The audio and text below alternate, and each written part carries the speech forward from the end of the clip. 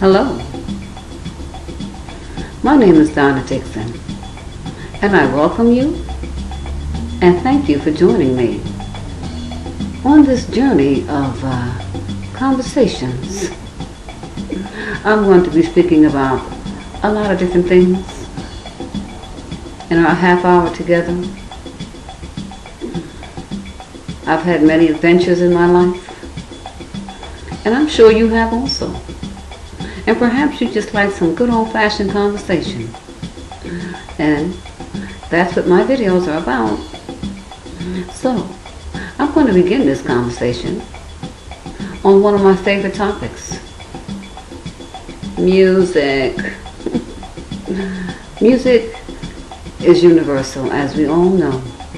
And it's one of those topics that I think everybody can talk about. It doesn't matter what genre of music you prefer.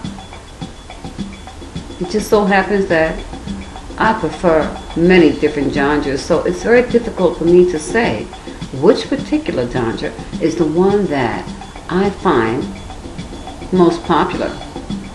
I can find something good in all music. I like classical music, I like jazz, I like fusion, I like modern and contemporary music, and yes, I like the rhythms and beats of the merengue, the sambas, the bossa novas. I'm just an all-around music lover because it is universal, and it seems like everybody can have something in common when it comes down to music. I'm sure you can agree. I write it, I sing it, I love it, I hum it, and I'm always thinking of a new song to tell somebody or ask them, have they heard?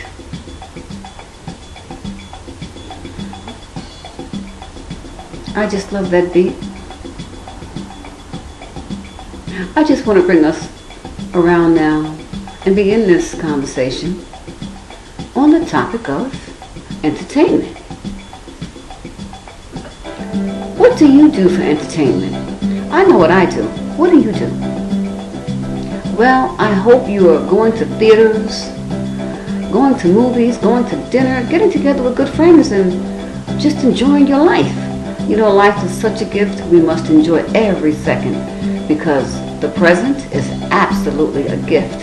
That's why they call it the present. Have you gone anywhere lately? Oh, well, I can tell you I have. I always go into Manhattan, where I was born at. Yes, I was born in Manhattan, Harlem, USA. I was raised in Queens, and I now live in Long Island. Lovely Long Island. We have many interesting tourist traps out here. I wouldn't say traps, but we have many interesting tourist sites out here for you to say. And also, if you like beaches, we have plenty of beaches out here. We have great shopping. Dix Hills is a wonderful place to visit. So is Wyandotte. Central Islip, Brentwood, Bayshore, Deer Park, Smithtown. Wherever you go on this island, you're going to have an interesting time. Maybe go out to the Hamptons, maybe go to Fire Island. We have many things going on. Especially in the summertime, you'll love it out here.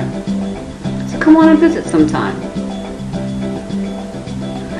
By the way, have you read any good books lately? Well, I have. I'm in love with this authoress, Fran Fetter. She has some fantastic work. I'm just so impressed with her work. I don't even know. I can't put give it a word or a label. It's so high-powered. You really have to check her out. James Baldwin, another great author. I met him as a child. He had an interesting story about some bed sheets in Paris. He ended up getting arrested over these silly bed sheets, but he got out of it, thank God. But the way he tells the story is just hilarious.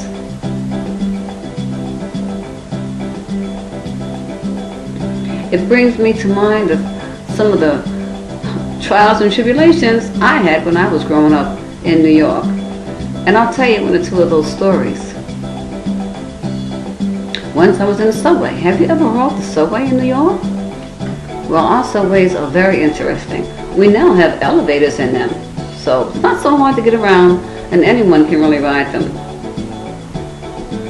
Once a favorite cousin of mine, Cookie, we were waiting for an elevator, and it was a young girl, two big suitcases, and she asked us, does that elevator go to the second plateau? And of course we said, we thought it did. And she said, well, maybe I better be sure and ask someone else around, maybe a conductor or somebody. We said, be our guest. And she found someone and asked them. And of course they said, oh, I don't know. So if I was you, I'd take the stairs. I felt so sorry for the girl because she had these big suitcases. I was like, oh my goodness, how is she going to make it? Well, she took the stairs, and sure enough, as we arrived on the second plateau in the elevator, she was arriving at the top of the stairs, huffing and puffing and out of breath, mainly because she had carried these heavy suitcases all the way up these stairs. When I tell you there's something in life to make you laugh every day, believe me, there is. My cousin and I looked at each other and bust out laughing, and we really thought we were having a rough day that day. Not to laugh at her misfortune, it was just the irony of the situation that made us laugh. Then, of course, there was the time when I went to a party, which I've always known to love parties and go to nice parties, and most of the parties that I've gone to have been very nice and ended up exactly as they started, in good taste.